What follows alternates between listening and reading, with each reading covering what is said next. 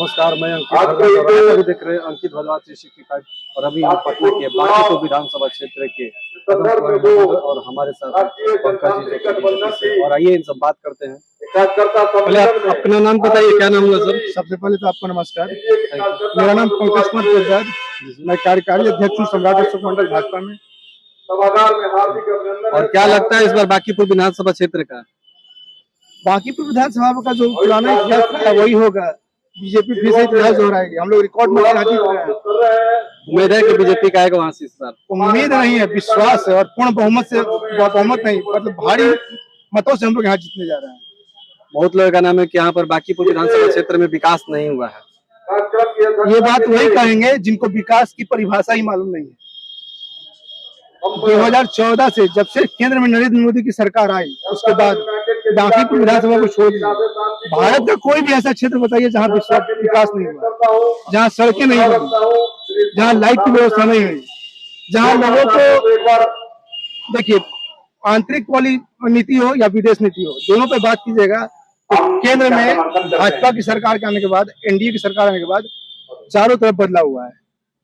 जरूरत है अपना नेत्र खोलने की। अगर कोई सफेद पेपर हो और वहां एक काला बिंदु लगाइएगा डॉट, तो किसी को डॉट दिखेगा, किसी को पूरा पेपर दिखेगा। आपकी नजरिए का कमाल है कि आप देखते क्या है।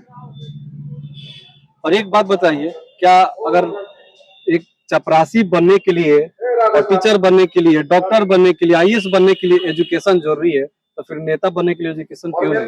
अगर ऐसी बात होती तो बताइए कितने ऐसे लोग हैं जो थम्पेशन होते हुए भी सीएम बने बिहार के या कई क्षेत्रों के। यही एक ऐसा क्षेत्र है जहां अगर आपके अंदर सेवा की भावना हो, सिर्फ सेवा की भावना हो, तो आप शिखर तक पहुंच सकते हैं। बताइए, हमारे बिहार के शिक्षा मंत्री कहते हैं कि शिक्षक को आईएएस से भी ज्यादा नॉलेज होना चाहिए। बिल्कुल सही कहते हैं, क्योंकि शिक्षक, हर शिक्षक एक मसाल है। एक मसाल है, शिक्षक राष्ट्र निर्माता है, वो बच्चों को बनाता है। और कोई जरूरी नहीं कि पढ़ करके इंसान को नौकरी ही मिले, पढ़ करके इंसान को इंसान बनना चाहिए। और एक इंसान अगर अच्छे से पढ़ लेता है तो पढ़ने के बाद वो कुछ भी कर सकता है, कैसे भी अपनी जीविका चला सकता है। जबकि विधानसभा की बात करिए, इस पर आइए। हमारे अभी बिहार की राजधानी जो पटना में ट्रैफिक की समस्या बहुत ज्यादा है। ट्रैफिक से छुटकारा कब मिलेगा? देखिए लगातार यहाँ पर काम हो रहा है। अब तो पटना में मेट्रो भी चालू हो गया और कई जगह मेट्रो का विस्तार भी हो रहा है। निश्चित रूप से बहुत जल्द ही समस्या से हम लोगों को निजात मिलेगी, जाम की समस्या से निजात मिलेगी। अब ये भी तो आप देखिए कि यहाँ जनसंख्या कितनी तेजी से बढ़ रही है, गाड़ियाँ कितनी तेजी से सड़क पर बढ़ती जा रही है। और कहा जा रहा है कि बिहार में भी आए दिन बहुत ज्यादा क्राइम बढ़ गया है। और आपके विपक्ष पार्टी का कहना है कि अभी फिर से का नाम, जो हम लोग को बोलते थे कि जंगल राज, ये तो जंगल राज, कुछ महाजंगल राज ये लोग ला दिए हैं। क्या दिन अभी क्राइम हो रहा है? ये क्राइम का जो ग्राफ है, आप ये बताइए कि बिहार की जनसंख्या कितनी है?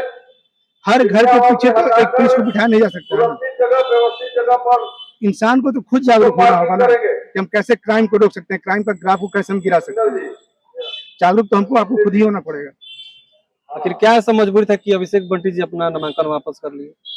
ये पार्टी कुछ अंदरूनी बात है, इसको कैसे कहा जाए। अब जैसा कि अभिषेक बंटी जी ने बताया कि उनके घर में कुछ पारिवारिक कारण ऐसा रहा कि वो सेवा देने में खुद को समर्थ नहीं। लेकिन फिर भी उनका नामांकन अपना वापस लेने के बाद फिर भी आज भी बीजेपी का प्रचार प्रसार कर रहे हैं। यही तो बीजेपी, यही तो संगठन है। संगठन सर्वोपरि है, संगठन सबसे ऊंचा है यहाँ पे।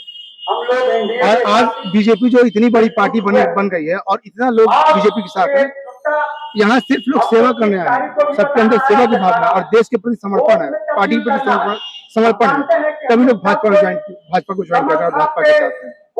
चलिए, बहुत बहुत धन्यवाद आपका सर।